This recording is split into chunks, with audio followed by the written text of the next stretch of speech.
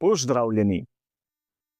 Približuje se tudi vikend, ki je posvečen veliki nagradi Belgije. In danes si bomo skupaj pogledali, kaj pripravljajo pri Scuderii Ferrari za to pomembno dirko na koledarju svetovnega prvenstva Formule 1.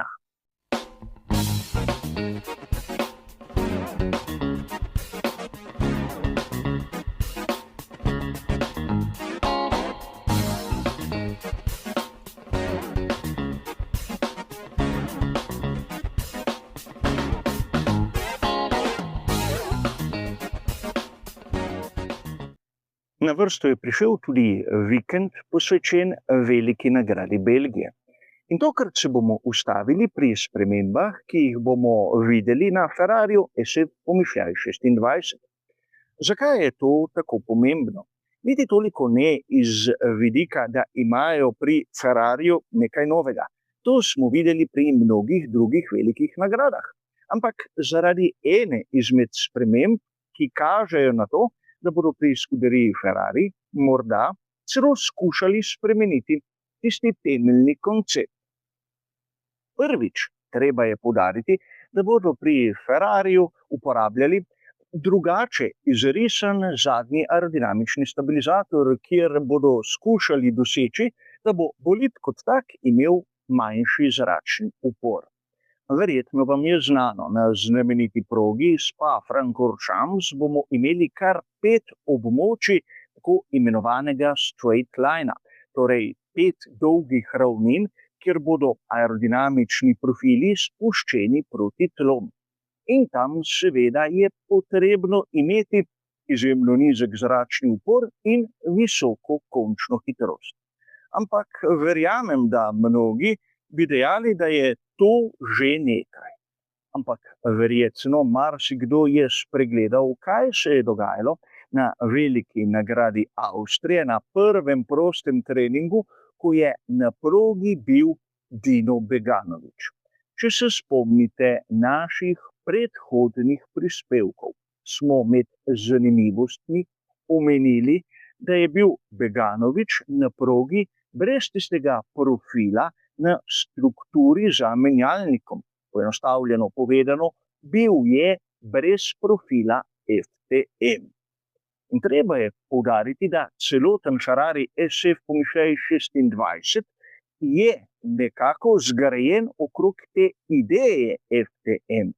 Zato ima pogonski sklop v resnici manj moči, ampak ima bolid kot tak več oprijema. To je tudi razlog, zakaj so pri konceptu pogonskega sklopa zbrali turbino z manjšim presekom. Tako se bolj hitro zavrti in imajo konstanten tlak izpušnih plinov.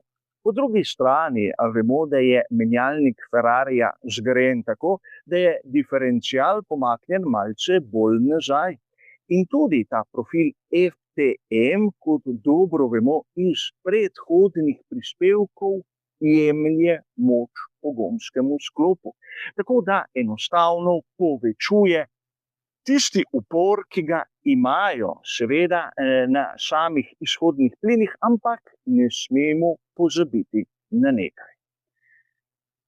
Če se odvzame ta profil FTM, dobi celoten bolid nekje tam med 5 in 10 kilovati več moči. Ne da bi pogonski sklop kar naenkrat postal malce bolj sposoben, ampak znižajo se upori. In tu ne smemo mimo dejstva, da je Ferrari v ozadju, kljub temu, da so že uporabili eden izmed 2 žetonov, ki jih imajo po pravilniku ADO.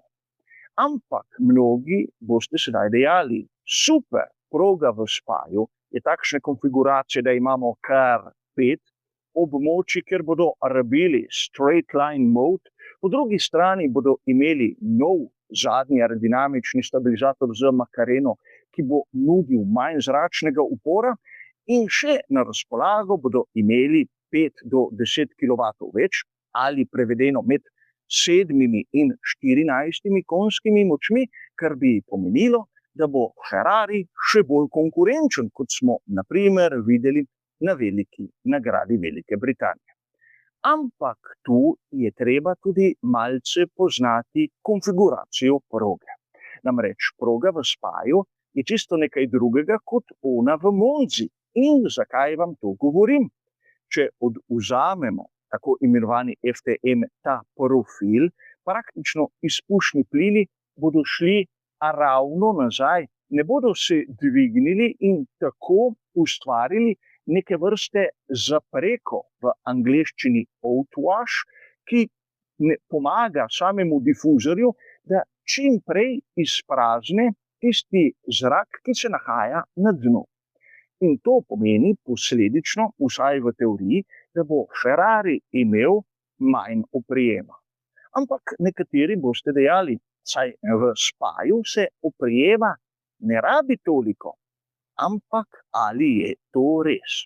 Namreč poglejmo si, kako izgleda znamenita kombinacija Auruche-Redion.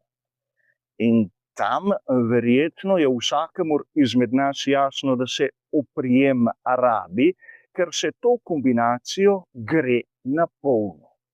Kaj pa znameniti Pouhon tam v tehničnem delu znamenite proge v Spaju?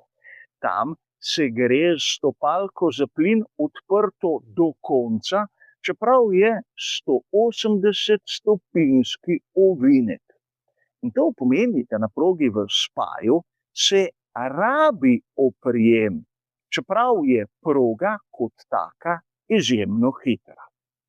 Ampak nekateri izmed vas boste sedaj dejali, ni važno, bodo že nadomestili na ravninah. In tam vam lahko v principu celo prav.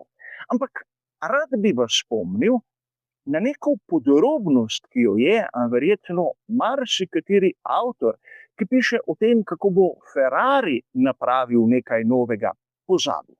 Če Ferrari odmakne profil FTM, lahko isto naredijo tudi drugi.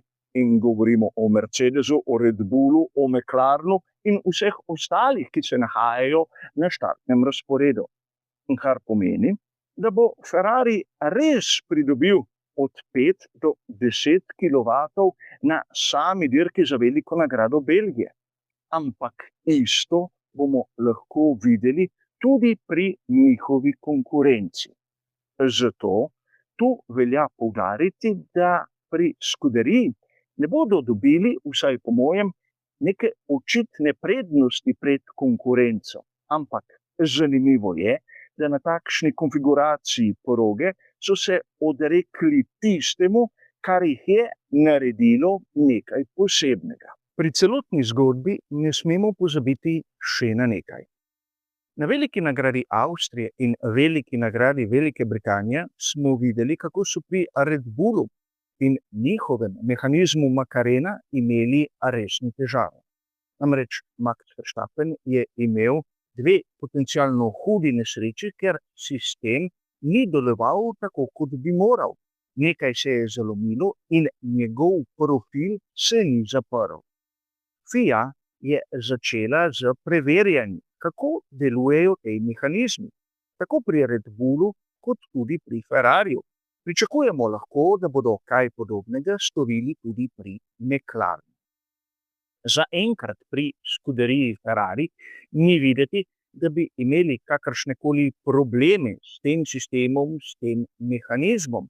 Ampak ker prihaja na veliki nagradi Belgije nova različica, bi lahko to pomenilo kakšne zamude. Seveda tu je treba še poudariti nekaj.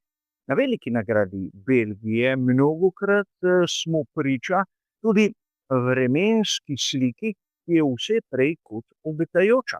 Kolikor bo deževalo, smo lahko prepričani, da bodo pri Ferrariju uporabili FTM in verjetno oni stari aerodinamični stabilizator, ki nudi več oprijema in posledično tudi več zračnega upora.